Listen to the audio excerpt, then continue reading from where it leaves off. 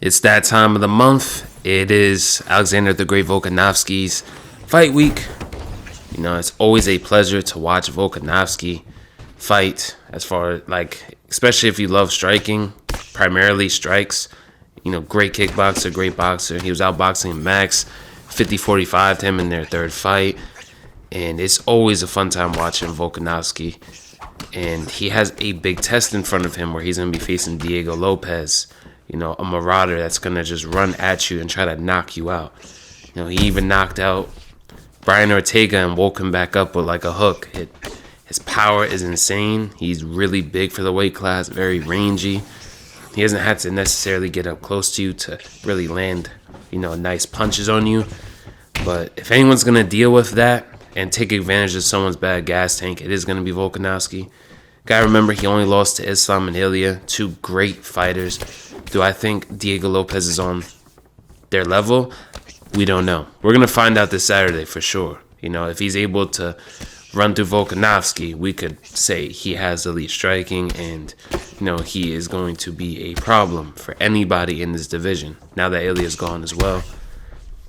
I also want to thank you guys. You know, we recently hit 300 subscribers, and, you know, time is, you know, very essential for life, you know, spending time with family, and just the fact that some people actually watch my videos every time I upload means the world to me, is my point.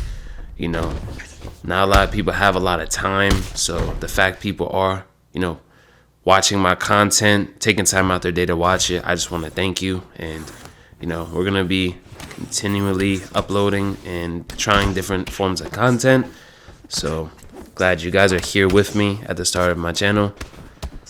But getting back to the matchup, this is just a really fun matchup. I'm pretty sure this might be fight of the night if it goes, you know, a couple rounds, because Diego Lopez is definitely going to bring the fight to Volkanovski, especially, you know, with Islam knocking him out and then Ilya also knocking him out with boxing in particular, which is more Diego Lopez's strengths.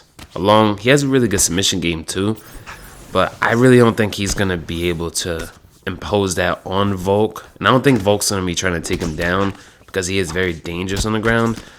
But, I mean, he was ground and pounding Islam, and, you know, Islam had his back for an entire round. And he has, like, elite BJJ and submission ability, Islam Makhachev, and he's able to survive that whole 5-rounder and not really get in any danger. He works with Craig Jones as well, so I just don't think that's going to pose much of a threat. I think it's going to come down to, you know, who's going to outstrike who and who can land what they want to land. You know, if he's landing an overhand like Ilya did, he's definitely going to sleep. You know, especially with Volk being a little bit older, and he's already been finished the last 2 fights by knockout. You know, not even like a body TKO. They were both head TKOs where they took his consciousness from him. So the durability is definitely a question mark for Volk. We don't know. Can he still take shots? Because when any human eats a clean shot, it doesn't necessarily have to be the most powerful shot, right? You know, it's going to put you out. You know, if that was the case, you know, a head kick, obviously, that's putting anybody out. You know, like a well-timed head kick and, you know, perfectly precise, you know, right hand on the jaw can put anybody to sleep as well. So we're going to have to really see, is it a durability thing, or was it just some of the cleanest shots, you know, that were landed on Volk that just happened to put him to sleep? And does Diego Lopez have the skills to do so? And does he have the cardio to put on that pace 4 or 5 rounds? That's the real question we have. So this is why I think it's going to be a banger of a fight. I'm happy to see Volk back. And not against Ilya. Against Ilya, I feel like the same thing would have happened. I'm not sure what you guys think. Let me know what you guys think down in the comments below on how you think this matchup is going to go. I'm going to be doing a showcase on most of the fighters that are on this card. So, you know, let me know your predictions for it. Yeah, right now we're facing somebody that's trying to be like a meta fighter, you know, the body uppercuts, and he's also mixing in some random head kicks, which, you know, he did catch us with a few times, but it's okay. You know, we're just trying to take our opportunities. Like every time I have an opportunity to land an extra punch, we're gonna take it. And if you notice, every time I'm landing a punch, if I'm gonna switch levels, I do it with the opposite hand. So if I hit him with a lead hook to the head, I'm gonna go with the rear body hook. See, look at that rear body hook, and then I come out to the head with a lead hook. So that's how you make your combos flow a lot better. And using Volk in the game is really fun. I have to box a little bit more and use the speed simply because he's sticking to me and he's not giving me room to kick. So my play style used to be trying to avoid boxing at all costs. Now I don't mind boxing. I actually like it. So I'm able to combo up very well, intercept better in the pocket, and the way I combo up and level change my combos makes it a lot easier to deal with these opponents that try to pressure me.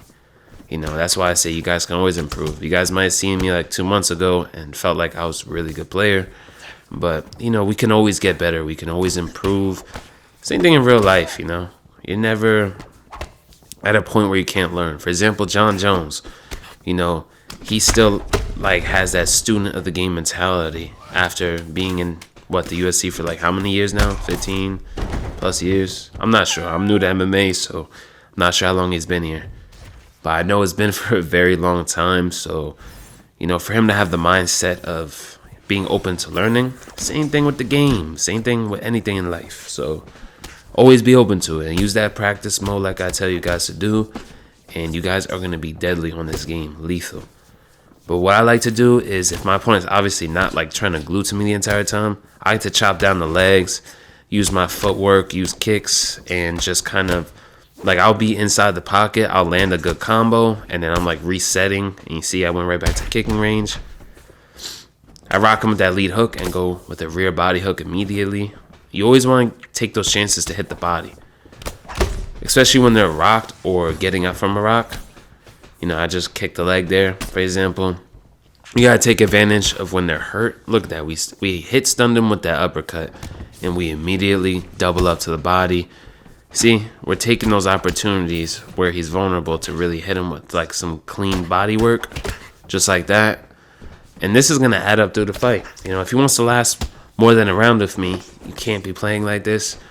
If you give me too many opportunities to constantly land counters and hit your body, you will be gassed. But this is how I like to use Volk for the most part. But my style has changed a bit, so I do kind of pressure a little bit, but it's not like the pressure where I'm jab, jab, jab, lead hook. It's kind of seeing how you react to me in the pocket. Look at that. I was playing footsies, and just like that, frustrated him too much. I was playing footsies in and out the pocket, baited him to throw that kick again because he didn't know how to deal with the pressure, and that's how I was able to get that rage quit. I would have had the finish shortly, but if you notice in this fight right here, I'm not going to have as many opportunities to, combo up like I was doing the whole video. So I just want to show you guys, I'm not just doing it all the time. It's only when I see and feel the opportunities. If I don't feel it or see it, as far as in timing or anything, I'm not going to throw it. I'm just going to, for the most part, I'll probably use more single shots, and I'm just trying to get reads. Because what he's doing right here is trying to take my turn. So look, he'll throw something, and then when I'm trying to return a strike, he throws another combo to try to intercept me. So we got to try to go first, try to be the first one to throw a combo and counter him and hit the body as much as possible in this scenario, because the output he's putting to try to intercept me so much, as long as I'm hitting the body and blocking most of this stuff and making him miss, it's just going to kill his cardio. So this could be a pain in the ass to deal with, I ain't going to lie. A lot of players have trouble with this style. I used to as well a few months ago. But, if you listen to what I just said, you should have an easier time dealing with it. I'm just worried about using the head movement, getting my counters, hitting the body. See, just like this, I'm just trying to take those opportunities to hit his body as much as I can. If you look at the stamina difference, it is already pretty big, considering it's halfway into round one. And this is, in round one, you got to use it as a feeler round all the time. Like I tell you guys, you don't always have to go crazy and match your opponent's pace. I was doing that in other fights because I had a flow already where I was landing everything I wanted to, and there wasn't much resistance in most of the fights. It just depends. But if I don't hit that flow, like as you can see, look at that. That's the first time I let like a really big 3-4 piece go. And look what happened. He ends up getting rocked twice. And lost a bunch of stamina too. Because I'm hitting his body while he's rocked. And knocked him down. Oh, I didn't knock him down. I mean, I rocked him. So, that will affect the long term. Trying to hit him with that cross uppercut. Just still taking my time. I mean, look at his stamina. Look, he gets rocked again. Kick the body. So we're just trying to take our time with it. I was trying to see if he was going to throw some blatant left hooks. He mixed up a little bit, so we're not able to block counter. Look at that. Drop him with a crazy overhand. Just something random to switch it up, and we get the finish. Hope you guys enjoyed the Volk showcase. And yeah, I'm going to be doing some of the other fighters on this card. Diego Lopez is probably next. I'm going to try to do it in order. And yeah, stay tuned.